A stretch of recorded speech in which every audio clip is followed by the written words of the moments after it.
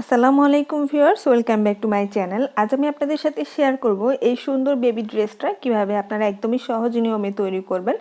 আর এই বেবি ড্রেসটা যে তৈরি করা কতটা সহজ সেটা আপনারা ভিডিওটি না দেখলে বুঝতে পারবেন না। তাই আপনাদের কাছে একটা রিকোয়েস্ট থাকবে, আপনারা পুরো ভিডিওটি কোনো রকম স্কিপ করা ছাড়া মনোযোগ সহকারে দেখবেন এবং আপনাদের বেবিদেরকে ঘরে বসে খুব সুন্দর সুন্দর ড্রেস তৈরি করে দিতে পারবেন।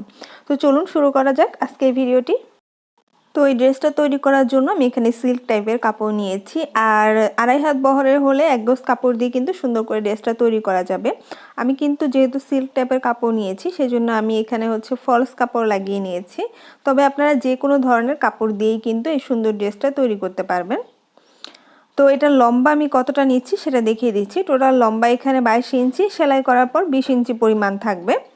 তো উপরে 3 ইঞ্চি এজন্য বাদ দিয়ে মেপেছি, কারণ 3 ইঞ্চি আমি ফিতা দিয়ে বাড়িয়ে নিব। তো এটা তো লম্বা গেল। এরপর কাপড়ের চওড়াটা দেখিয়ে দিচ্ছি। এখানে আমি চওড়া নিয়েছি 26 ইঞ্চি পরিমাণ।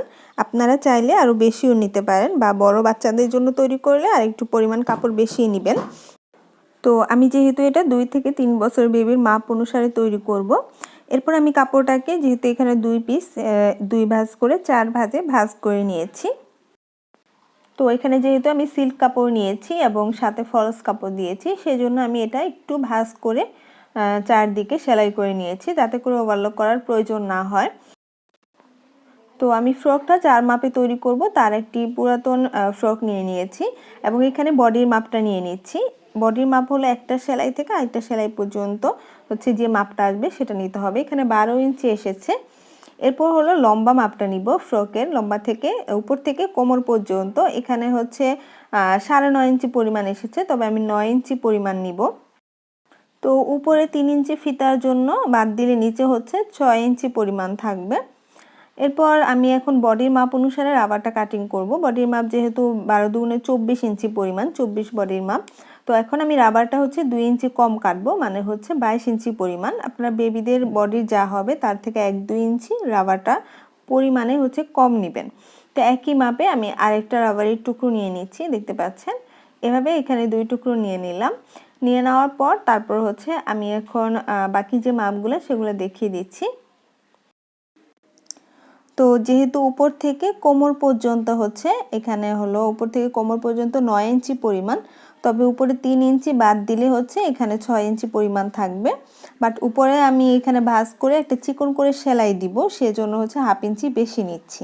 তাহলে এখানে 6.5 ইঞ্চি পরিমাণ নিলাম কোমর পর্যন্ত। এই যে দেখতে পাচ্ছেন 6.5 ইঞ্চি পরিমাণ নিলাম। নেওয়ার পর তারপর আমি এখন এইভাবে করে দাগ দিয়ে নিব। উপরে 1/2 ইঞ্চি সেলাইয়ের জন্য দাগ দিব এবং এরপরে 1 ইঞ্চি পরে আমি একটা রাবার বসাবো, সেজন্য 1 ইঞ্চিতে দাগ দিয়ে নিচ্ছি। 1 ইঞ্চিতে রাবার বসাবো আর 6.5 ইঞ্চিতে, এভাবে 2টা রাবার বসিয়ে আমি এখানে ডিজাইন করব। আর ফিতাগুলা এখানে আমি কাপড় নিয়েছি ফিতা দেওয়ার জন্য, আর ফিতার কাপড়টা এখানে 2 ইঞ্চি পরিমাণ চওড়া নিয়েছি। তো এরপর আমি আপনাদের সাথে কিভাবে সেলাই করব সেই সেলাইটা শেয়ার করছি। তো প্রথমে এই যে দেখতে পাচ্ছেন আমি এখানে দাগ দিয়ে নিয়েছি। প্রথমে 1/2 ইঞ্চি লম্বা করে দাগটা দিয়ে নিয়েছি পুরো কাপড়টায়। তারপর 1 ইঞ্চি লম্বা করে কাপড়টা দাগ দিয়ে নিয়েছি এবং সামনে এবং পেছনে। তারপর 6 ইঞ্চিতে একটা দাগ দিয়ে নিয়েছি। ঠিক এভাবে করে প্রত্যেকটা দাগ আমি দিয়ে নিয়েছি। তো এরপর আমি একইভাবে কিন্তু আমি 2টা পার্ট একই রকমভাবে দাগ কেটে নিয়েছি। নেওয়ার পর প্রথমে যে 1/2 ইঞ্চি আমি দাগ দিয়েছি সেই 1/2 ইঞ্চি উপর থেকে সেলাই করে নিব। তো এভাবে ভাঁজ করে দিয়ে তারপর সেলাই করে নিচ্ছি। তো এই পর্যায়ে আপনাদের কাছে একটা রিকোয়েস্ট থাকবে, যারা আমার চ্যানেলে একেবারেই নতুন, চ্যানেলটি সাবস্ক্রাইব করেনি প্লিজ সাবস্ক্রাইব করে রাখবেন এবং পাশে থাকা ছোট্ট বেল আইকনটি ক্লিক করে রাখবেন। আর যারা অলরেডি সাবস্ক্রাইব করেছেন তাদেরকে তো অসংখ্য অসংখ্য ধন্যবাদ।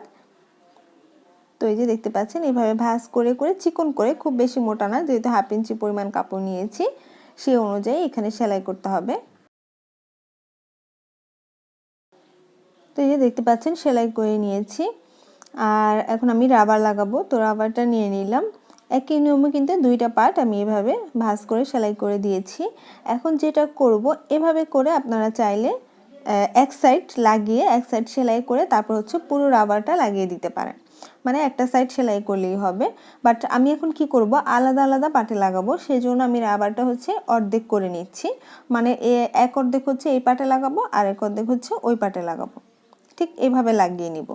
আর যেটা বলেছি আপনারা চাইলে কাপড়টা প্রথমে জোড়া দিয়ে পুরো রাবারটা লাগিয়ে নিতে পারেন। তো একই নিয়মে আমি এখন হচ্ছে আরেকটা যে টুকরো রাবার ছিল সেটাও কেটে নিয়েছি। কেটে নেওয়ার পর মানে 2 টুকরো হচ্ছে এক পাটে আর 2 টুকরো এই পাটে লাগাবো। এতে কিন্তু বডির মাপটা হেরফের হবে না, ঠিকই থাকবে। তো এরপর আমি এখন হচ্ছে এইভাবে করে 1 ইঞ্চি যে দাগ দিয়েছি সেই দাগ অনুসারে আমি রাবারটাকে বসিয়ে একটু হালকা টেনে টেনে তারপর সেলাই করে নিচ্ছি। আর এখানে কাপড়ের পরিমাণের উপর নির্ভর করে তারপর হচ্ছে টেনে টেনে সেলাই করতে হবে। কোথাও কম কোথাও বেশি হলে কিন্তু আবার দেখতে ভালো লাগবে না। তো এই যে দেখতে পাচ্ছেন আমি সেলাই করে নিয়েছি। এরপর হচ্ছে এখন আবার দ্বিতীয়টা আমি এখন লাগিয়ে নিব, ঠিক এভাবে করে বসিয়ে ঠিক দাগ বরাবর রেখে তারপর হচ্ছে সেলাই করে নিব। তো এটা কিন্তু খুবই সহজ এই ড্রেসটা তৈরি করা, বাট ড্রেসটা তৈরি করার পর দেখবেন খুবই সুন্দর লাগবে এটা দেখতে, আর সময়ও কম সময় লাগবে এই ড্রেসটা তৈরি করতে। তো এই যে এতটুকু কিন্তু কমপ্লিট হয়ে গিয়েছে। এরপর একই নিয়মে আমি কিন্তু আরেকটা পার্টও তৈরি করে নিব। তো এই যে আরেকটা পার্ট তৈরি করে নিয়েছি, যেহেতু একই নিয়ম সেজন্য একটা পার্টের হচ্ছে টিউটোরিয়ালটা আপনাদের সাথে শেয়ার করেছি। এরপর দুইটা একসাথে এভাবে ধরে নিয়ে তারপর হচ্ছে একটা সাইড জয়েন করে নিব।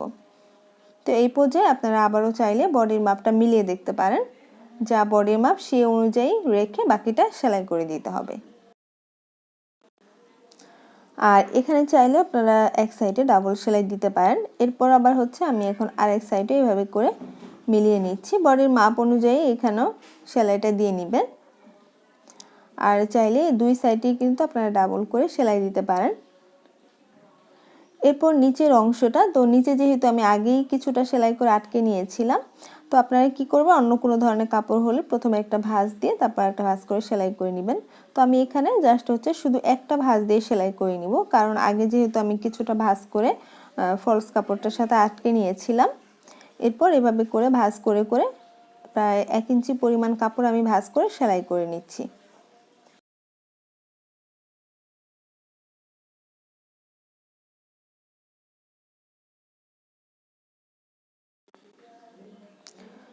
তো এই তো দেখতে পাচ্ছেন এতটুকু কিন্তু কমপ্লিট হয়ে গিয়েছে। এরপর আমি এখানে ফিতা লাগাবো। তো ফিতা লাগানোর জন্য এখন আমি কাপড় নিয়ে নিয়েছি এখানে।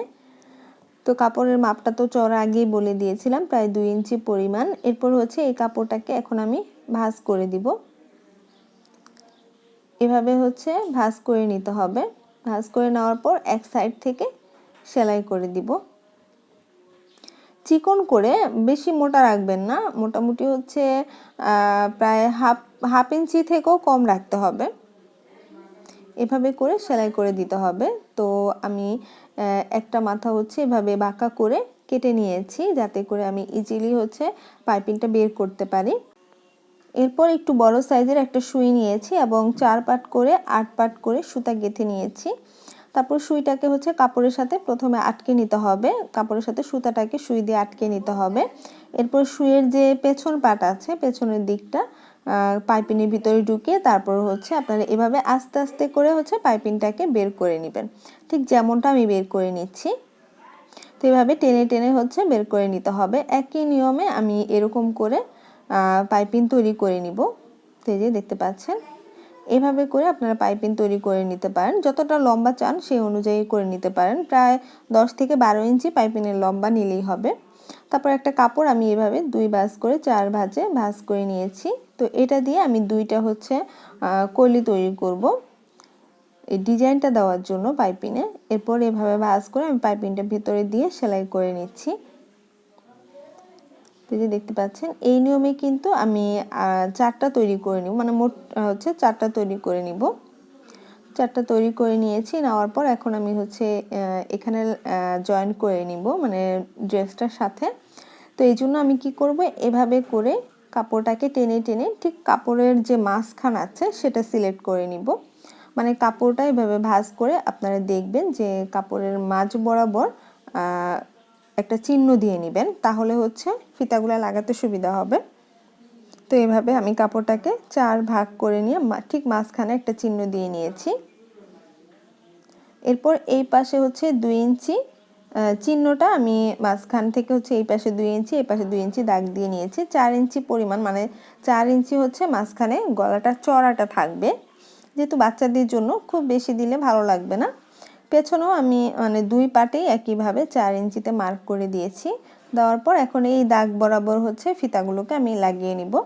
আর ফিতাগুলো আমি সেলাই করছি ঠিক 1 ইঞ্চিতে যে রাবারটা দিয়েছিলাম সেখানে বসিয়ে সেলাই করে নিচ্ছি। তো এই যে দেখতে পাচ্ছেন একটা লাগিয়ে নিয়েছি। একই নিয়মে আমি আরেকটাও লাগিয়ে নিব ঠিক দাগ বরাবর।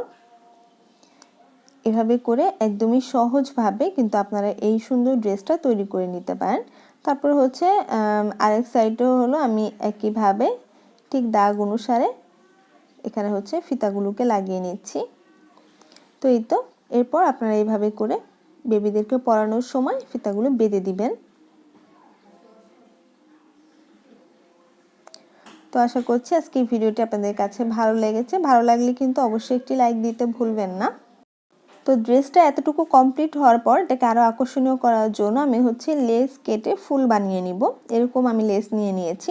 আপনারা চাইলে হাতে ফুল তৈরি করেও ইউজ করতে পারেন। তো এইভাবে করে আমি এখানে একটা একটা করে হচ্ছে মোট 3টা এখানে লাগিয়ে নিব।